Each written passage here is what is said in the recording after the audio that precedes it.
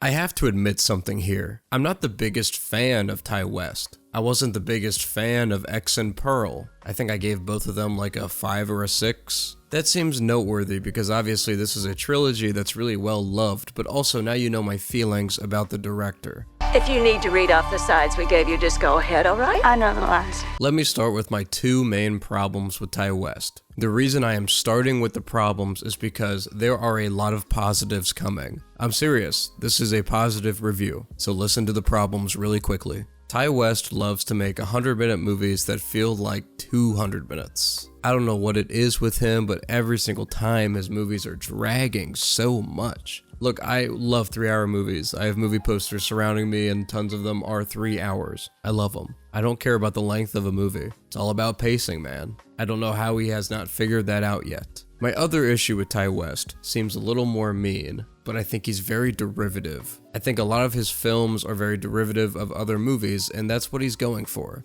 He's trying to homage other movies, most famously with X being Texas Chainsaw Massacre. MaXXXine feels like a Ty West movie. I can finally say he has found himself. And this movie does not feel like 100 years. This movie has great pace. It felt exactly like 100 minutes. Ty West has finished off the Goth trilogy with MaXXXine. MaXXXine follows the final girl from X, and I just love this film. I was really shocked at how much I loved this film. The reviews, coming from Twitter were kind of mixed. A lot of people said this was the worst of the trilogy. I knew I would come in with an interesting perspective because I didn't really like the first 2 movies anyway. Yeah, I love this one. I dug it. There is never a wasted minute in this film, and that's a huge accomplishment because there are so many characters. It was one of my biggest concerns coming into this movie. It was a huge ensemble. I'm like, look, dude, you only make 100-minute movies. How many characters do you need? All of these characters are rich in the most perfect way, and a lot of these characters barely even show up. A lot of these characters have maybe 5 to 10 minutes of screen time, but it's plenty. It's gotta be the biggest highlight of the film, or all the characters and all the performances. Look, we know Mia Goth is just the queen of the genre right now. She has done a lot of these, she's done the other 2 movies, she's done Infinity Pool. Quite frankly, she has just mastered every skill to be an actress in this genre. Elizabeth Debicki was one of my greatest standouts. I love her the most out of all of these actors and actresses. She plays the director that's really ruthless and knows what she wants, and she's a little mean. What they're going for is she's supposed to kind of remind you of MaXXXine, but a little more successful. She's like MaXXXine down the road. MaXXXine obviously looks up to this director as somebody she could become, a star in the industry. And the juxtaposition of these 2 characters fits so well within the movie. Kevin Bacon is hilarious in this movie. He's just like this southern detective and he's like, MaXXXine, I swear to God, boy, I know you did some crimes. Boy, I tell you what, I know what you did. Just a great time. The agent, played by Giancarlo Esposito, awesome. I love this character so much. He's like very grimy, he works in a super dark office. I know this sounds completely unrelated, but The Office kind of reminded me of something like Saul Goodman would have. He also only had one chick working for him, so that's where I think I'm making the connection. As you can tell, I found this movie extremely funny. The lines aren't even written to be comedic, but they're so funny still. It's a lot of situational humor that works.